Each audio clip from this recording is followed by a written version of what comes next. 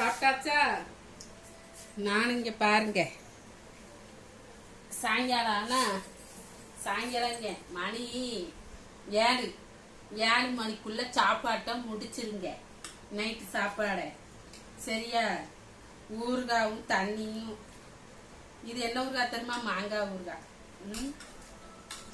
நல்லா அப்படியே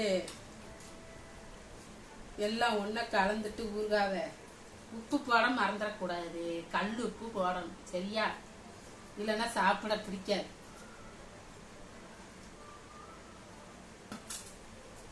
7 மணிக்கு சாப்பாடு நைட்டு சாப்பாடு 7 மணிக்கு முடிச்சிடணும். அப்பந்தான்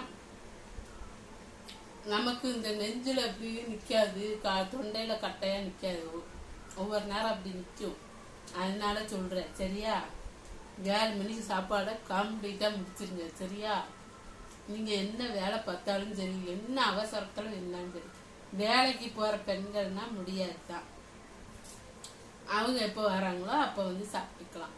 அப்போ என்ன சொல்றது, இந்த மாதிரி சாப்பிடலாம். செமிச்சிரும், உடனே செமிச்சிரும். சோறு நிறைய சாப்பிடாம கம்மியா சாப்பிடணும். இந்த 9 மணிக்கு 10 மணிக்கு சாப்பிட்றவங்களாம் சரியா? நான் வேலையெல்லாம் முடிச்சுட்டு எனக்கு கிடைக்கிற நேரத்தில் டக்குன்னு சாப்பிட்டுருவேன். அதுக்கப்புறமே எனக்கு 9 நிமிஷம் உண்மையை சொல்லிடணும்ல, 9 மணிக்கு பசிக்கும். வேற என்ன பண்றது, ஒரு தோசையை சுட்டு சாப்பிடுவோம். ஒன்று சின்னதா ஒரு சின்ன கரண்டி தான் இருக்கும். அது எப்படி சொல்ற, குழம்பு கரண்டி, சின்ன கரண்டி. இந்த சட்னிக்கெல்லாம் வைப்பீங்கள்ல கரண்டி, சின்ன கரண்டி, அந்த அளவுக்கு 2 கரண்டி ஊற்றி அப்படியே தோசையை ஊற்றி சாப்பிட்டுருவேன்.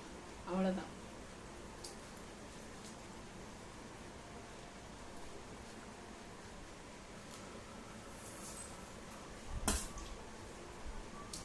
சாப்பிடும்போது அழகா இங்க பாருங்க, இப்படி உட்கார்ந்து